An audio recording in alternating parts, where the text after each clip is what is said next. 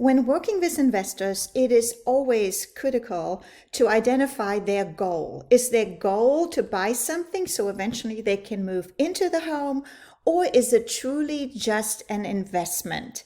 I'm going to show you how I look at investment property and what 4 things to look for. Welcome to my YouTube channel, Sabina Robertson with Silver International Realty, helping buyers and sellers anywhere from 38 to Destin and the surrounding area and the beautiful Emerald Coast, Florida. The way I like to invest is to look in new construction when development's just starting out, because the appreciation has always turned out to be in my favor.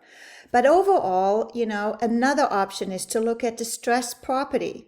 So it depends on your price. What can you get the property? Are you getting it below market price? Number 2, what kind of improvement can you put in the property to maximize the profit and the appreciation in the long run? So those are usually distressed properties that need a complete gut job, and because you're doing the gut job, now your property increases in value just because of the condition of the home. Number 3, I think that is a really important one. A lot of people forget about it, is when you are financing any home, if it's your investment or your primary residence, you're building up equity.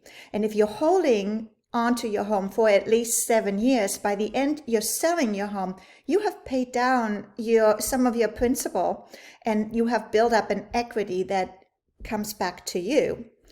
And lastly, the appreciation. Generally speaking, homes appreciate each year between 4 and 5%, depending on location, sometimes more, sometimes a little less. Well, last year in 2021, it was completely insane. Homes appreciated anywhere between 35 and 40% within 1 year.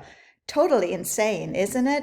Well, that's going to stop now. We are turning into a balanced market, and we're going to eventually go back to home prices increasing at a 4 to 5% each year. So in this video, I'm going to take a typical example of a new construction townhome in Destin, Florida, and I'm going to show you how I analyze the data. Again, the interest rate right now even affects the investors, but keep in mind, once the interest rates come back down in a year or 2, you can refinance, and then the investment in the long run will make a lot more sense. So there's so many things you have to look at. So if you ever have a question or you ever want me to do an analysis for you for a property, please reach out to me. And I'm also going to include the link in the bio below where you can access some of my calculators that I'm using and plug around and have fun with it. So these townhomes were just reduced yesterday to right at $400K. So let's take a look and see if these are good investments at the current price. Before I can start my investor report, I have to look at some data. The first one is the rent. So typically speaking, I'm looking at some townhomes in Destin, and this time of the year, our rental for long-term renters are always significantly lower. And they start picking up in the early springtime. Prices will go up and also the inventory will be less. Next, I am looking at some comps. Of course, I only pulled townhomes. There's 33 active right now, 9 pending, 14 sold. And you can pretty much see the average list price per square foot is about $281. So basically, I have always used the rule of thumb that it needs to be roughly to 1%. So that means if you're purchasing something for $400,000, your rental income per month should probably be about $3,500. Killing, that would be a great investment. In this particular home, if the rent is only $25,000, the 1% rule doesn't apply. And now look at my investment analysis. It shows you that you have a negative cash flow. When buying investment properties, there are 4 things you look at. You either buy it at a discount, which means below market price, or you add a significant value improvement to the property. So if you're buying a distressed property and you're getting at a very good discount and now you're putting improvements in the property, Those are the first two, which always bring you more money in the long run.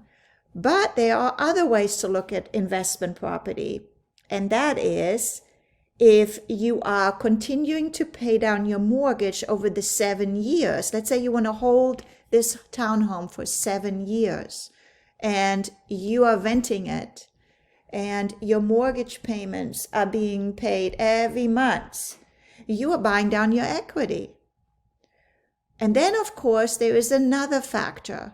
If you are holding it for 7 years, and that's called your passive appreciation. The home will continue to appreciate over 7 years. So currently, the interest rate is what's hurting investors. And also, if you're purchasing a home, there are lots of options out there. Watch my video on the 3x2x1 buy down or the 2x1 buy down and see if that's an option, because it is, by just listening to the NAR economist, chief economist, and some other good sources, everyone is predicting that the end of next year, interest rates will continue to come back down.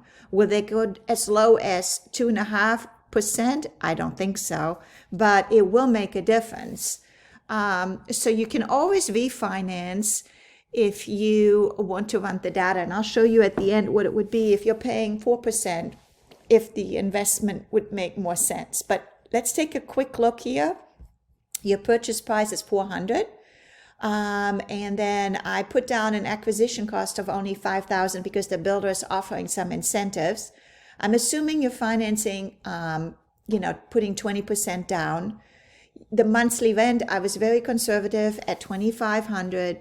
I do believe that in the early springtime, you can get a little bit more. But right now, right before Christmas, there is a lot of inventory out there, and the rent usually goes down. I did calculate an annual vacancy, annual taxes, and annual insurance. And I assume that as an investor, you will hold on to that townhome for at least 7 years. For my personal investment properties, I always hold on for at least 7 years, because usually 7 to 8 years is when you start having to do improvements in your property. And since this is a brand new construction, there shouldn't be too much improvements needed for the first 7 years. Now, I calculated an annual appreciation rate of 4%. And, that was also conservative. We know the market is shifting. Last year alone, it was almost appreciation was 25 to 30%. But now the market is adjusting.